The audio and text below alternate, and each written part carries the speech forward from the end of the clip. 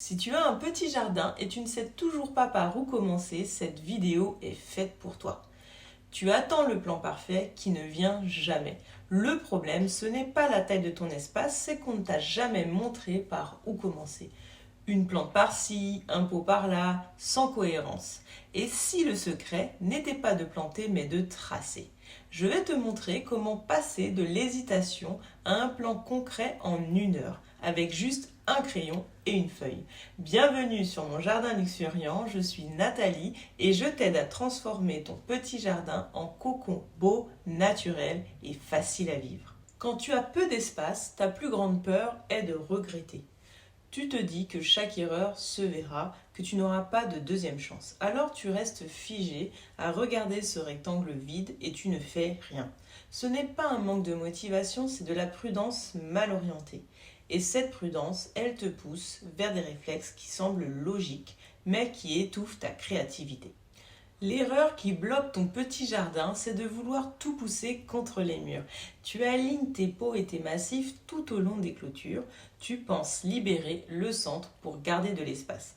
En réalité, tu soulignes simplement les limites de ton terrain. Ton regard bute immédiatement sur les parois et ton jardin semble minuscule. Pour qu'un espace paraisse plus grand, il faut rompre cette ligne. Il faut oser planter au milieu, créer des plans et des obstacles. Si tu empêches l'œil de tout voir d'un seul coup, tu crées du mystère. C'est ce sentiment de profondeur qui transforme un couloir en un vrai jardin. C'est en plantant au centre que tu vas enfin oublier tes clôtures. Et c'est cette peur de perdre de la place qui te pousse souvent vers de mauvaises solutions, des réflexes qui te rassurent sur le moment mais qui étouffent ton jardin. Ton premier réflexe, c'est souvent de scroller sur Pinterest. Tu enregistres des centaines de photos, mais c'est un piège. Ces images ne connaissent ni ton sol, ni ton exposition. Tu essayes de faire un copier-coller sans comprendre son fonctionnement réel. C'est ce qui mène à l'achat compulsif du samedi. Et tu le connais celui-là. Tu craques pour une plante fleurie, tu rentres chez toi et tu la poses dans un coin de ton jardin. Puis, plus rien. Tu t'arrêtes et tu ne sais pas avec quoi l'associer. Résultat, tu te trouves avec une collection de pots isolés et un budget gaspillé. Pour ne plus jamais rentrer de la jardinerie avec une plante qui va mourir ou envahir tout ton espace, j'ai créé un guide gratuit. C'est exactement ce qu'il te faut avant d'acheter quoi que ce soit. Tu vas comprendre ton sol, ton exposition et apprendre à choisir les végétaux qui vont vraiment travailler pour toi. Le lien est en description, télécharge-le avant ta prochaine visite en jardinerie. Maintenant que tu sais ce qui ne marche pas, voyons ce qui change vraiment. Il n'y a pas besoin de plan d'architecte ni de budget, juste une feuille, un crayon et 3 zones à tracer. Pour aménager ton petit jardin, oublie la complexité technique.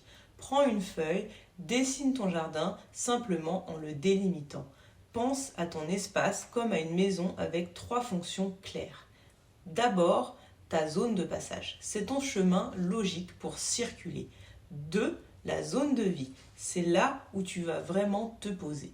Et enfin, ta zone végétale. C'est là où la nature prend ses droits. Et c'est celle qu'on préfère. L'erreur classique dans un petit jardin, c'est de vouloir mélanger la circulation, le repos et les plantes. Le secret pour agrandir l'espace, c'est de bien séparer ces 3 zones. Passage, vie et végétal. Une fois tes 3 zones placées, ajoute ton point focal. C'est l'élément qui attire ton œil, un banc ou un bel arbuste. Ce point focal doit être placé pour casser ta vue directe. Il t'empêche de voir tout ton jardin d'un seul coup. C'est cette barrière visuelle qui donne l'illusion que ton espace est beaucoup plus grand. En respectant ce schéma simple, ton sentiment de chaos disparaît. Ton petit jardin n'est plus un rectangle vide, il commence enfin à avoir une âme. Tu vois, ce n'est pas de la magie, c'est de la structure. Et le plus beau, c'est que tu peux tester cela physiquement. Allez, viens, on y va. Aujourd'hui, ta mission est de sortir avec une chaise simple. Va t'installer dans la zone de vie que tu as imaginée et ne reste pas debout, assieds-toi vraiment pendant 10 bonnes minutes. Quel est ton ressenti? Ta vue est-elle agréable depuis ce point? Ton exposition au soleil te convient-elle pour lire ou te reposer? Si tu te sens exposé ou si le bruit te gêne, déplace-toi.